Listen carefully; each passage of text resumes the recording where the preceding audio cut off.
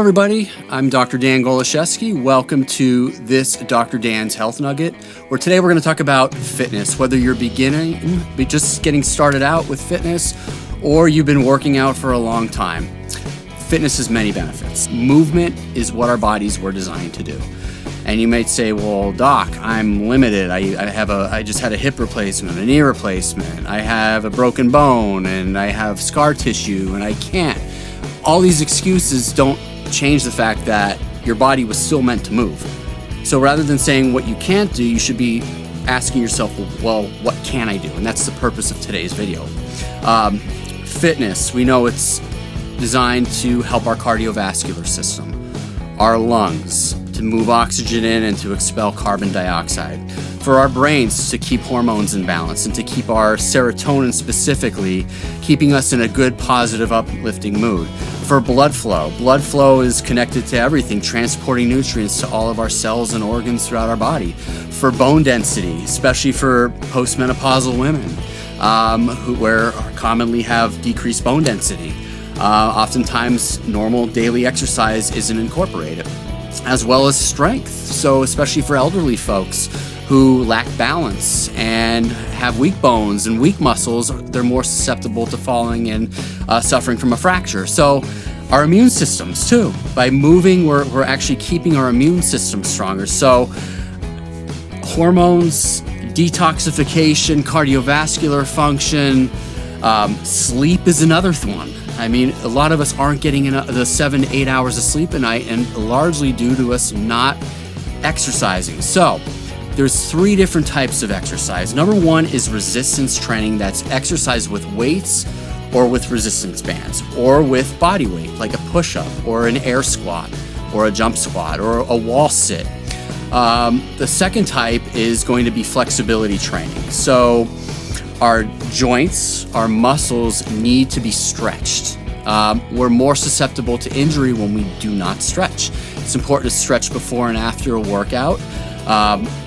When you're doing resistance training, or even when you're ready to do a yoga practice or a Pilates session, you want to do 1 to 2 days, 10 to 15 minutes roughly of regular stretching, upper body, lower body, and core. And then you want to do a day where you do something outside that you enjoy. That could be gardening, that could be hiking, that could be mountain biking, it could be running and jogging. Now let me just say this, speaking of running and jogging, that you don't want to just be doing cardio workouts. For those who run marathons and 5Ks and half marathons, that will break your body down faster over time.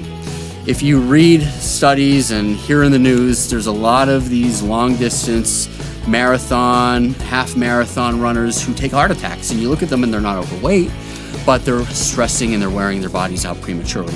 So 2 to 3 times a week with the resistance training, 1 day for upper body, the next day for lower body, the third day for core, 30 to 45 minutes. Then you want to do what's called high intensity interval training, especially if weight loss is a goal for yours.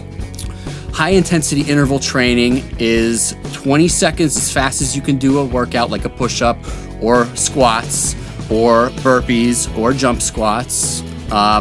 And then you want to rest for 10 seconds. So you want to pick 3 or 4 different exercises, go as fast as you can for 20 seconds, rest for 10 seconds, repeat the cycle 2 to 3 times with a minute rest in between. And then your flexibility training, where you're doing your stretching, your yoga practice, your Pilates practice 1 to 2 days a week. And then you do want to rest a day and take a day completely off. So now that there's a plan in place, what do you have to lose? Motivation will get you started, habit will keep you going. Another famous quote I like by Henry Ford is, whether you think you can or you can't, you're right.